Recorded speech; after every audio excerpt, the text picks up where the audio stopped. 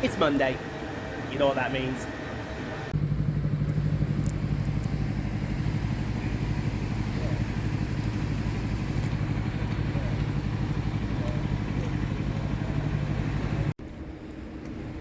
Good morning. You join me outside of London's smallest railway terminus station, London Fenchurch Street. The supposed gateway to, well, Essex really, if you think about it, when it's going down to Southend and Shoebury-Ness. Although is Southend in Essex? It might be, just. So, we are going to go spend an hour inside here and check out what London's smallest railway terminal has to offer for us. Now, London Fenchurch Street railway station was opened on the 20th of July 1841, and it was opened by the London and Blackwall Railway, and the name Fenchurch actually derives from the Latin word for hay, because around here at the time there were loads of hay markets. Yeah, markets for hay, who would have known that? Now, the original station building, which we saw earlier on, that was designed by William Tite when it opened. And like I say, it was serving the London and Blackwall Railway, which replaced the nearby terminus of Minories Station, which had opened in July of 1840.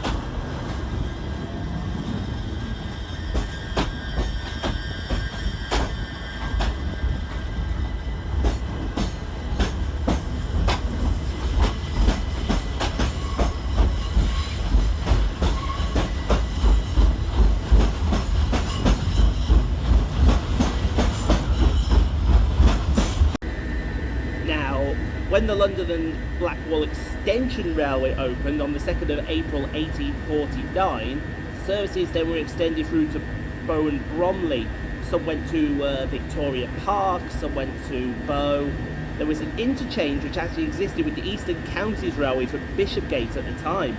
26th of September 1850, the East and West India Docks and Birmingham Junction Railway, there's a mouthful if you ever heard one, which was then renamed to the North London Railway, started operating its own service from Bow into London Fenchurch Street, and when the London and Blackwall Railway withdrew its service, it closed the line between Gas Factory Junction and Bow and Bromley.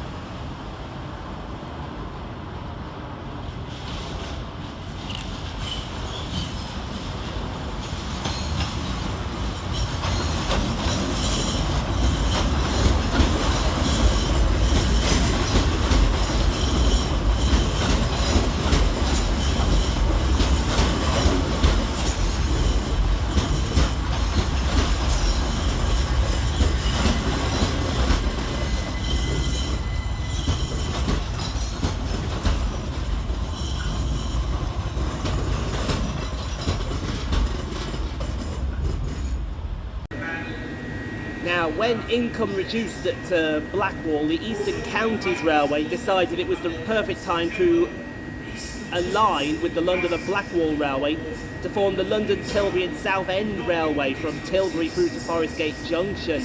And this brought a raft of changes into Fenchurch Street. There was a fifth platform that was added here, more services were added, and Fenchurch Street actually started to flourish.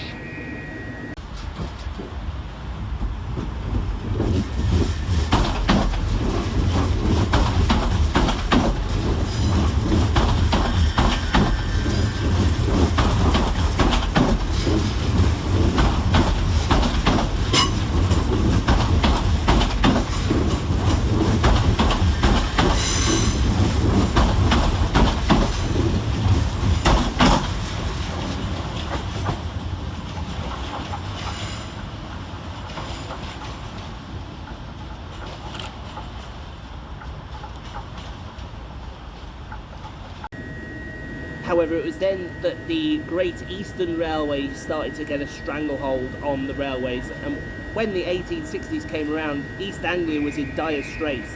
So the Great Eastern Railway, when that was formed, that started to basically play dirty. It put in what was known as an absolute block between Fenchurch Street, Gas Factory Junction and Bow Junction, opening signal boxes at all junctions. And we have a 357 coming in now. Look, it's just over my shoulder there. Hello. So, yeah. But 1912 came round, and then the London Tilbury and Southend Railway was absorbed by the Midland Railway.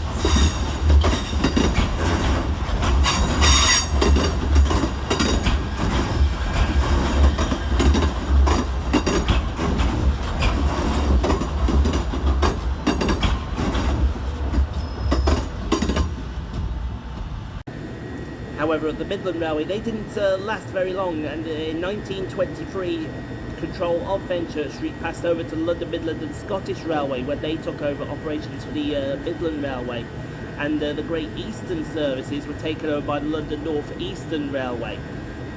And it was then that direct trains from galleons were routed via Bromley in off-peak, and then peak was going between Custom House and galleons. However, nationalisation then came around, and literally the whole of the London Tilbury and Southend line transferred over to the eastern region, but yet were operated by a combination of London Tilbury locos and London Midland Scottish locos. Then 1959 came round, and finally electrification hit the London Tilbury and Southend Railway, with electric services beginning on the 6th of November 1961. Full electric timetable was used in 18th of June the following year.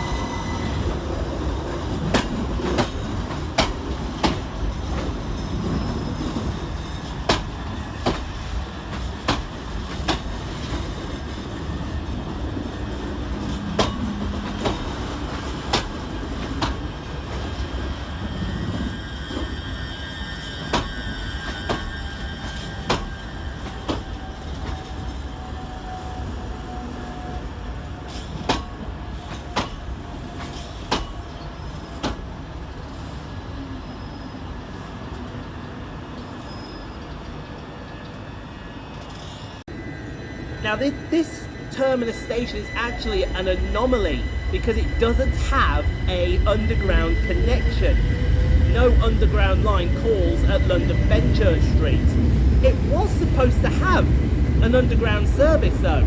The Jubilee line was supposed to come here, and there was the proposal put in to have the Jubilee line come here. However, the project was not finished until 1979. They got to Charing Cross, which was absolutely fine, but the costs and the high inflation the London Transport then abandoned the link to Fenchurch Street. So Fenchurch Street still doesn't have an underground connection. So just adjacent to London Fenchurch Street, that there is Tower Gateway DLR station. Sort of an interchange. It's not really much of one, but it's a very, very obscure one. You've got to walk around and do also, but you connect onto the DLR there, which goes onwards to Lewisham and the likes. Now, C2C are the operating company that operates Fenchurch Street, and all they have on their books at the moment, traction-wise, are these Class 357 electrical multiple units. Sort of loosely based on a turbo star. They're almost like an electric version of the Class 170, if you think about it. Now, there is a upgrade on the way. They did have Class 387s, but they have now since disappeared onwards to, I believe, Great Northern have got them, and they have in test at the moment some Class 720s. I think there are about 10 of them coming in, 6-car Class 720-6s. We'll see them hopefully. And there we have it, folks. Hopefully you've enjoyed visiting the spiritual home of the London Tilbury and Southend Railway. I certainly enjoyed it and definitely overestimated how long I needed there, which is always good.